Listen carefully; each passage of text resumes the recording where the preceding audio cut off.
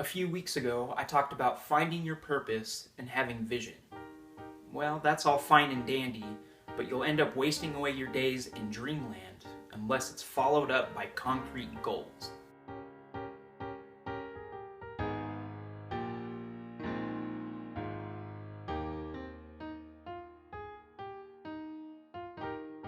Having a clear vision and purpose is an essential component of building a successful life. But there's more to it than wishing and hoping and thinking and praying and that's where goals come in.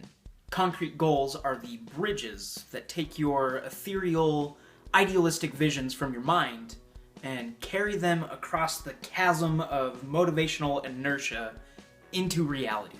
The key word here is concrete. I like the standard SMART system to create goals.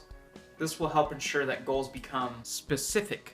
Vague goals yield vague results. So get to the nitty-gritty and get specific. Measurable. Unlike your idealistic vision, you should be able to measure when you've accomplished your goal. Attainable. You have to actually be able to reach your goal. Relevant. How will this goal help you fulfill your purpose and bring you closer to your vision? Time-bound. Set a date or time your goal needs to be accomplished. There you have it, plain and simple. Now you should be able to do anything you've ever dreamed of, right? Perhaps in theory, but in practice, it seems to be a little more complicated than that. Let's delve a little bit into why. It's fun to dream and create goals. I'm constantly imagining myself doing awesome things. I think it would be amazing to win an Oscar. It'd be kind of nice to go on a date with a pretty girl. But even if we turn these dreams into concrete goals, eventually reality sets in, and we convince ourselves that we couldn't possibly do any of these things. I really don't have enough talent for that. Have you looked at this face? Not gonna happen. So we go back to our boring old lives, not allowing ourselves to even try. Of course, this happens for a myriad of reasons. Laziness. But at the top of my list is a fear of failure. Accomplishing amazing dreams is hard. So you might as well save the time and effort and preemptively fail from the get-go. Pack your bags, go home, and live vicariously through Dwayne "The Rock" Johnson's Instagram account. This destructive, destination-based view of failure is extremely common, but it halts progress, saps value, and gosh dang it, it needs to give way to a more constructive view. There's wisdom in the adage, if you aren't failing, you aren't trying hard enough. The fact is, we're all going to fail along our journey. It's called life. But when you fail, look at it as a temporary station along the road to greatness. Fuel up by learning from it, and keep trucking along. This is why having a foundation of vision and purpose becomes so meaningful. The reality is, as mortals, our abilities are limited. It's possible you might not accomplish a lofty goal. Wasn't this supposed to be motivational?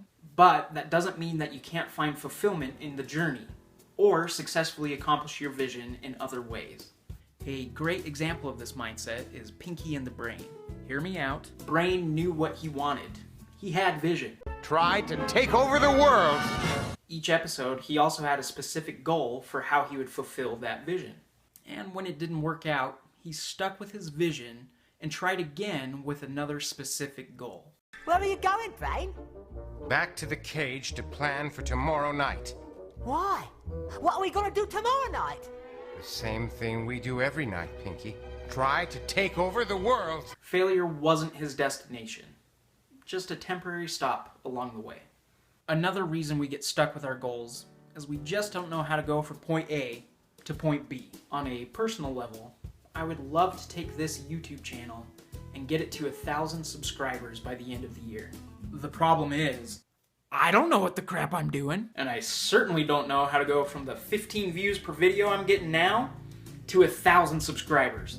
That's incredibly daunting, and perhaps foolishly wishful thinking.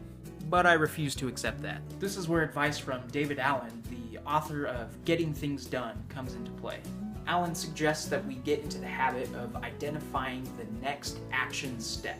Rather than looking at a goal from a wide angle, get in close and discover the next little thing you need to do to move your goal forward. Dr. Leo Marvin would call these baby steps. Baby steps? It means setting small, reasonable goals for yourself, one day at a time. One tiny step at a time. Baby steps. It seems silly and intuitive, but for whatever reason, most of us don't do this. We get carried away trying to accomplish our goals that we start looking 3 or 4 steps ahead and get overwhelmed. So instead, look for that natural progression and start looking for the very next possible step. For me, I know I need to increase the quality of these videos, so my next step might be finding a better camera to use than my iPhone.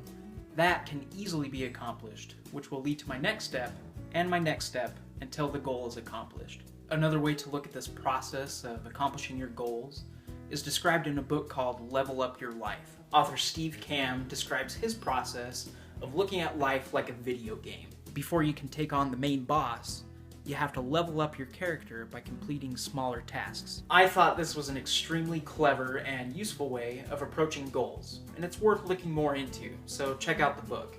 Gosh, there's a lot to say about goals, but I digress. So here's my goal for this week. I'm going to write down my top 10 goals for this year, making sure that they're SMART goals. Then I'm going to identify and write down the next action for each one of those goals. Of course, just making the goals isn't enough. It requires consistent and intense effort to accomplish goals, which of course will be the subject for a future video. Until then, this has been Brent's 2 cents, and thank you for your continued support as I work on accomplishing my goals.